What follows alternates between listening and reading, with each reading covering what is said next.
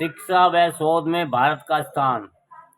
रूस जैसे कई देशों में ज़्यादातर मौलिक खोज 15 वर्ष के बच्चे ने की।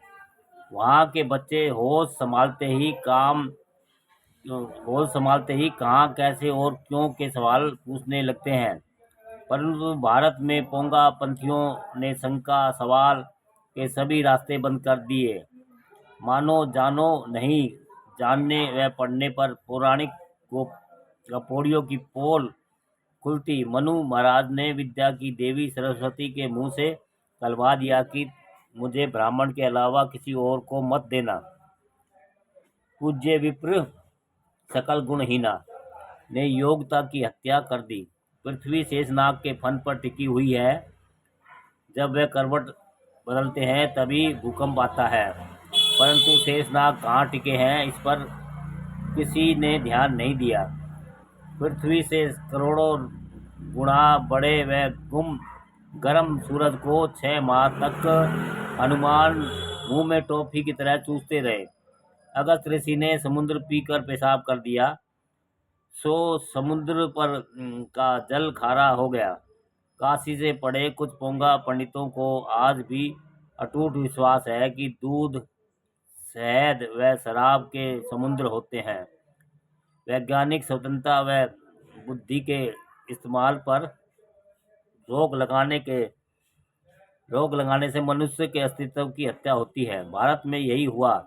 भारत में जब तक पौराणिक गपोड़ी संस्कृति का उन्मूलन करके बुद्धिवादी बुद्ध के मानववाद की स्थापना नहीं होगी, तब तक भारत का चतुर्मुखी विकास संभव नहीं हो सकता। दोस्तों, शिक्षा व शोध का काम भी मेहनत कमेरी कौम ही कर सकती है।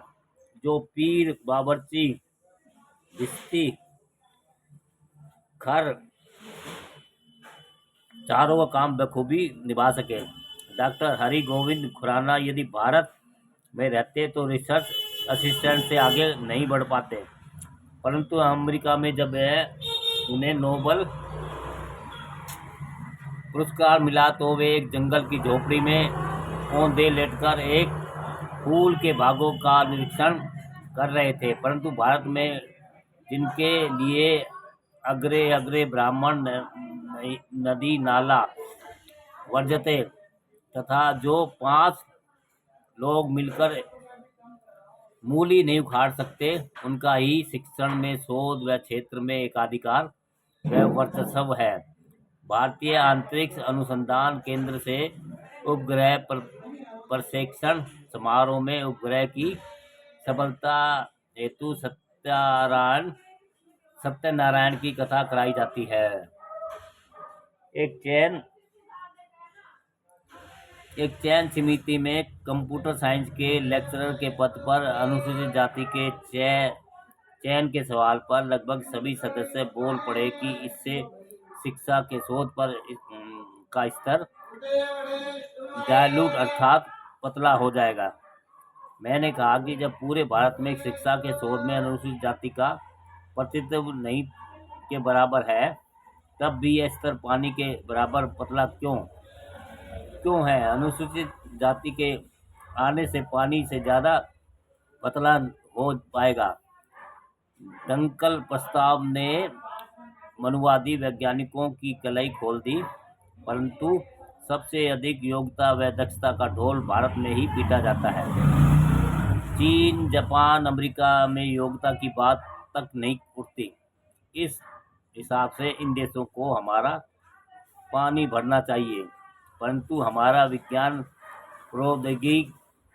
प्रौद्योगिकी व अन्य क्षेत्रों के सभी देशों की सूची में 132वें स्थान है, जबकि अंग्रेजों के समय 25वां था। क्या इस आधे पतन के लिए आज़ादी के बाद सत्ता में बैठे ब्रह्मा जी के भेजे से निकले लोग जिम्मेदार नहीं हैं? स्वतंत्र भारत ने एक भी नोबेल पुरस्कार विजेता पैदा नहीं किया। स्वतंत्र भारत ने एक भी नोबेल पुरस्कार विजेता पैदा नहीं किया।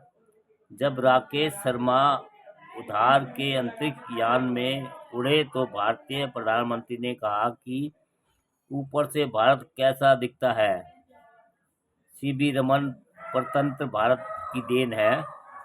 गीतांजलि पर नोबेल पुरस्कार पंडित रविंद्रनाथ टैगोर को जार्जम पंचम की बढ़ेती में जन जनगण मन अधिनायक लिखने के कारण दिया गया। इससे भूखे का पेट नहीं भर सकता। जब करोड़ों रुपए की विदेशों से खरीदारी 10 साल पुरानी टेक्नोलॉजी से हमारे उद्योग चल रहे हैं, तो देश में आईआईटी के स्तर के 50 प्रौद्योगिकी संस्थाओं के वैज्ञानिक क्या कर रहे हैं। जाहिर है कि इन सब सफेद हाथी संस्थाओं में अब तक आसूतर जल की तरह शुद्ध योग्यताधारियों की ही भर्ती हुई है। यदि इनमें ताला लगा दिया जाए तो भी देश 132वें स्थान से नीचे नहीं आ जाएगा। यदि 85% बहुजन समाज की मेघा उभरने का अवसर दिया जाता तो